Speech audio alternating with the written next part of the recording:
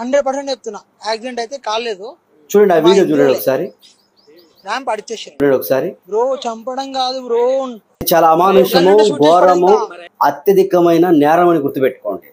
చంపింది నేనే, చంపింది మేము ఎవరైనా చంపుతాము, మాకు అడ్డేముంది అని ప్రవీణ్ గారిని చంపింది మేమే అని చెప్పి బయటికి ఒక వ్యక్తి వచ్చి మాట్లాడుతూ ఉన్నాడు.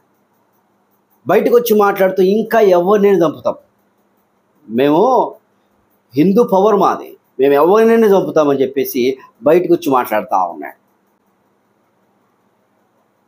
చూడండి ఆ వీడియో చూడండి. నేను ఆయన పాస్టరా ఏమన్నావు నువ్వు? పాస్టర్ కాదు, ప్లాస్టర్ అని పెట్టుకో. ప్లాస్టర్ అని పెడితే బరాబర్ సెట్ అవుతుంది ఆయనకి.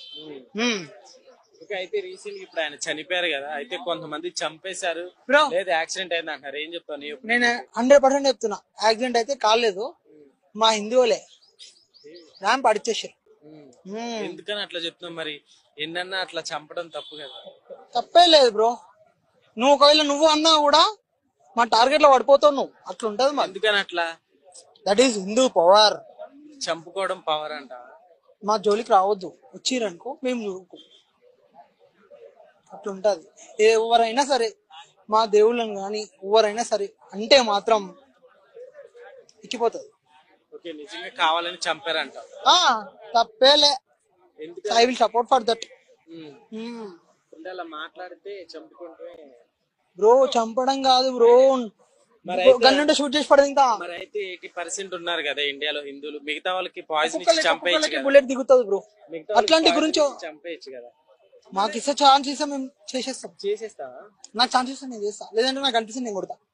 నాకు అనిపిస్తా ఏ ప్లాస్టర్ అయినా సరే గుర్తు పెడుతున్నా. ఎందుకని అంత కోపం నీకు? వాళ్ళ గురించి వాళ్ళు మాట్లాడుకోమని, మా దాని దగ్గర వచ్చి మాట్లాడితే మాత్రం రాడు దుంపుతా. ఆయన అయితే మామూలుగా చంపేశారని అంటారు. I'm satisfied, happy. ఒకసారి చూశారు కదా ఎంత ఘోరాతి ఘోరమైన నీచమైన చర్య. చంపింది నేను అంటున్నాడు. ఇంకా ఏముంటి రుజువులు?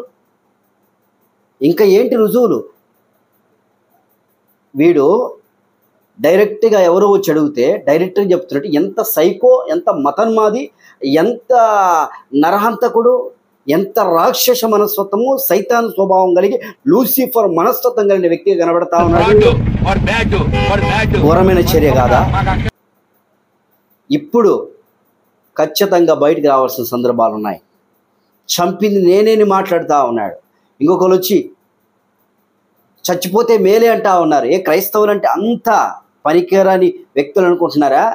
క్రైస్తవ్యం వలన ప్రపంచమే స్థాపించబడింది. క్రైస్తవం వలన అనేక టెక్నాలజీ వచ్చాయి. సరే, దీని విషయము ఖచ్చితమైన చర్య తీసుకొని ఖచ్చితంగా ఆ వ్యక్తి ఎవడు మాట్లాడాడో జైల్లో పడి కూర్చోవాలా. తర్వాత అనేకమైన మాటలు మాట్లాడుతూ మేము ఎవరిని ఒప్పుకునేది లేదు, ఎవడొచ్చినా కూడా చంపడమే, ఎవరు వచ్చినా కూడా చంపడమే అంటున్నాడు. ఇదేనా నీ యొక్క మతము నీకు నేర్పించింది? నీకు నేర్పించింది ఇదేనా నీకు? ఘోరమైన వ్యక్తులు కనబడతా ఉన్నారు. ఇప్పటి వరకు మౌనంగా ఉన్న క్రైస్తవం, ఇప్పటి వరకు ఏమీ మాట్లాడకుండా మౌనంగా ఉన్నాం. మౌనంగా సరే రాని రిపోర్టు 29వ తారీఖు రిపోర్ట్ వస్తుంది కదా, రిపోర్ట్ వచ్చిన తర్వాత చూద్దాములే అన్నట్లుగా మేము ఉంటూ వచ్చాం. అయితే ఇప్పుడు ఏం చేయగలము అంటే నీలాగా మీలాగా వ్యతిరేకమైన భావన మాట్లాడే వ్యక్తులం కాదు. దీనికి అంతటికి మూల కారణం ఎవరో తెలుసా? ఈ కరుణాకర్ నిన్న ఏదో మాట్లాడి పెట్టాడు. కరుణాకర్ మాట్లాడి అతను త్రాగి చనిపోయినాడు, మద్యం మత్తులై చనిపోయినాడు. నీలాగా తాగుబోతులు అనుకున్నావా? నీలాగా తాగుబోతు బ్యాచ్లు అనుకున్నావా క్రైస్తవుడు అంటే? అవన్నీ వదిలిపెట్టి దేవుని కొరకు నమ్మకంగా బతకడానికి వచ్చిన పరిస్థితులు. ఎంతమందిని పోషిస్తున్నాడో, ఎంతమంది క్రీస్తు కొరకు నడిపిస్తూ ఎంతమంది బతుకులు మార్చాడో అతన్ని చూసి జ్ఞానం తెచ్చుకో కరుణాకర్.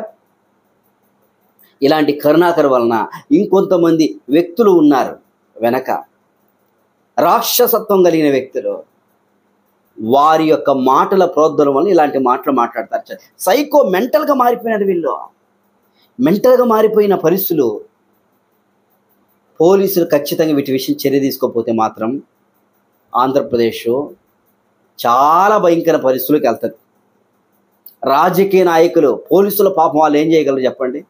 వాళ్ళు ఏం చేయరు. రాజకీయ నాయకులు ఉంటారు వెనక పెద్ద తలకాయలు. ఆ పెద్ద తలకాయలు వీటి కనుక ప్రోత్సహిస్తే మీ యొక్క రాజకీయం బాగానే ఉంటుందేమో, తర్వాత చాలా ఇబ్బంది పడతారు. చాలా ఇబ్బందికర పరిస్థితులు ఏర్పడతాయి. కాబట్టి ఆలోచించుకోండి. ఇలాంటి విషయాలు టేక్ని తీసుకునే కాదు ఇవి. మేము చంపాము, మేము ఎవరినైనా చంపుతాము, మా వాళ్ళు అవుతుంది, మా చేత అవుద్దంటే. హిందువులందరూ చెడ్డోళ్ళు కాదు, మంచోళ్ళు. అందరూ వచ్చి బయటకు వచ్చి మంచోళ్ళుగా మాట్లాడుతున్నారు చాలామంది. ఇలాంటి పనికి మాలిన మూర్ఖత్వం కలిగిన మేకల వలన సమస్త సమాజానికి చెడ్డ పేరు వస్తుంది. సమస్త సమాజానికి. ఎంత డేరుగా మాట్లాడుతున్నాడు. సరిగ్గా మూతి మీద మీసాలు రాలేదు.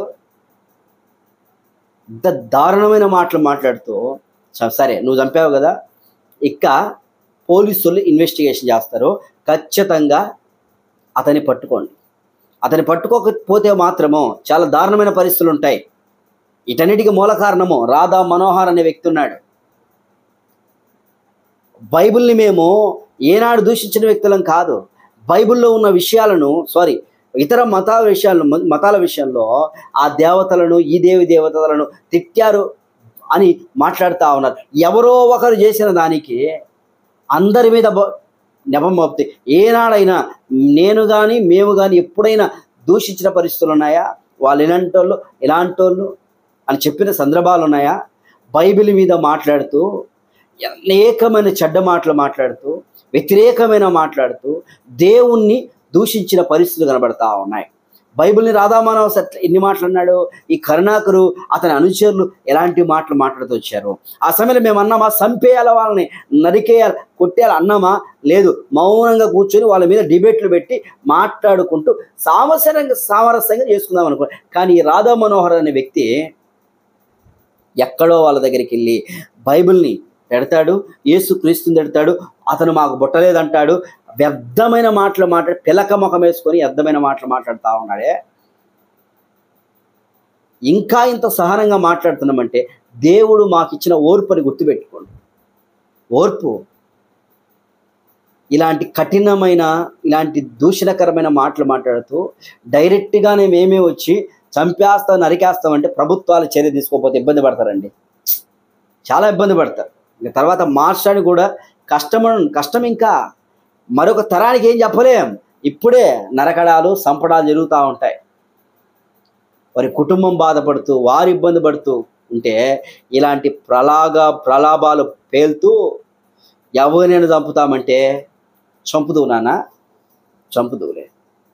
ఎవరైనా చంపుదాం అంటున్నావు కదా. బైబిల్ గురించి ఇన్ని మాటలు మాట్లాడితే ఎప్పుడు కూడా మేము ఎవరి విషయంలో ఇలాంటి వ్యర్థమైన మాటలు క్రైస్తవులు అంటే ఎవరు గుర్తుపెట్టు. క్రైస్తవులు అంటే ఎవరు? ఖచ్చితంగా ఈ వీడియో అందరికీ షేర్ చేయండి. ప్రభుత్వానికి అందాల. ఆ వ్యక్తి ఎవరు మాట్లాడారో, ఎవడు ఆ నోటితో మాట్లాడుతూ వచ్చాడో ఖచ్చితంగా గవర్నమెంట్ వాళ్ళ విషయంలో స్పందించి చర్య తీసుకోవాలి. లేకపోతే మాత్రం ఇలానే మాట్లాడుతూ ఉంటారు. మీకేమండి, మీకు బాగున్నారు అన్నట్టుగా ఉంటారు. ప్రభుత్వంలో ఉన్న క్రైస్తవులైన వారు, డిఎస్పీలు, పోలీసులు, ఎమ్మెల్యేలు, ఎంపీలు, సీఎంలు ఉన్నారు చాలామంది. ఖచ్చితంగా వీటి విషయంలో మాట్లాడవలసిన పరిస్థితులు ఉన్నాయి. మాట్లాడకపోతే జరిగే పరిణామాలు, క్రైస్తవులు చేస్తారా పరిణామాలు? రాస్తారాగోలు చేసి కొట్టి మేం చెయ్యం. దేవుడు చేసే కార్యము ఎప్పుడైనా చేస్తాడు. వెయిట్ చూస్తూ ఉంటాం. ప్రభుత్వాలు వీటి విషయం స్పందించండి. జాగ్రత్తగా దీని విషయం జ్ఞాపకం చేసుకోండి. మాట్లాడండి. ప్రతి ఒక్కరు అర్థం చేసుకోండి. లేకపోతే ఇలాంటి వ్యక్తులు అనేకమైన అండదండలు చూసుకొని అనేక మందిని ఆర్ఎస్ఎస్లో, బీజేపీలో, తర్వాత ఇంకా బజరంగ దళ్ చాలామంది వ్యక్తులు వారి యొక్క మత కొరకు పనిచేస్తూ ఉన్నారు మంచోళ్ళు. ఇలాంటి వ్యక్తులు లోపల ఉంటారు కదా. అలాంటి వ్యక్తుల వలన పరిస్థితి అంతా మారిపోతుంది. సంస్థలకే చెడ్డ పేరు వస్తుంది. కాబట్టి మంచి ఒక సంస్థ పెట్టుకున్నారంటే అది ప్రజలకు మేలు చేయనట్లుగా ఉండాలి. మనిషిని చంపేది మతం కాదు, మనిషిని నాశనం చేసేది మతం కాదు. క్రైస్తవ్యము మార్గము ఎప్పుడు చెప్పలేదు. మనిషి చంపేది ఒక ధర్మమా? మనిషి చంపేది ఒక కార్యమా? ఏంటి ఆలోచన, ఏంటి పరిస్థితులు? జై శ్రీరామని కత్తులు పట్టుకొని మనుషులను చంపుతా ఉన్నారే, ఎంత ఘోరమైన చర్యనా? ఆలోచించండి. ఒక ఆవును చంపితేనే డైరెక్ట్గా వచ్చేసి వాళ్ళ మీదకి వెళ్ళిపోయి చంపి వాళ్ళ మీద కేసులు పెట్టి చేస్తూ ఉన్నారు. ఒక మనిషిని కొట్టి ఒక మనిషిని తిట్టి చంపి చేస్తే వాళ్ళ మీద కేసులుండవు, ఏముండవు. ఇదేనా మర్యాదకరం? అర్థం చేసుకోండి. ప్రభుత్వాలు స్పందించండి. ఈ వీడియో ప్రతి ఒక్కరికి షేర్ చేయండి. ఆ మాటలు ఎవరు మాట్లాడారో అతన్ని తర్వాత ఇంకా చాలామంది ఎవరెవరు కామెంట్ రూపంలో పెట్టారు, ఖచ్చితంగా ప్రభుత్వాలు చర్య తీసుకోవాలి. వ్యర్థమైన మాటలు మాట్లాడే వ్యక్తులు. ఈ రాధా మనోజ్ అనే వ్యక్తి ప్రజలను నాశనం చేస్తున్నాడు. పిలక గుండేసుకుని ఒకటి ప్రజలను నాశనం చేస్తూ ఉన్నాడు. ఆలోచించు. ప్రార్థన చేద్దాం. పరిశుద్ధులైన దేవా, మీ ఇచ్చిన గొప్ప రక్షణతో బ్రతిమలాడుతున్నాను, కృప చూపించు. ఎవరు మాట్లాడారో వారికి మీరు తగిన విధముగా న్యాయం చేయండి. ప్రవీణ్ గారిని బాధ పెట్టి ఇబ్బంది పెట్టిన వారికి కూడా మీరు ఎలాంటి పరిస్థితి చేయాలో పరీక్ష చేయగల అలా చేయండి. ప్రభుత్వాలు స్పందించిన కృప చూపించు. యేసుక్రీస్తు నామమున ప్రార్థన చేయగలను. ఆమేన్.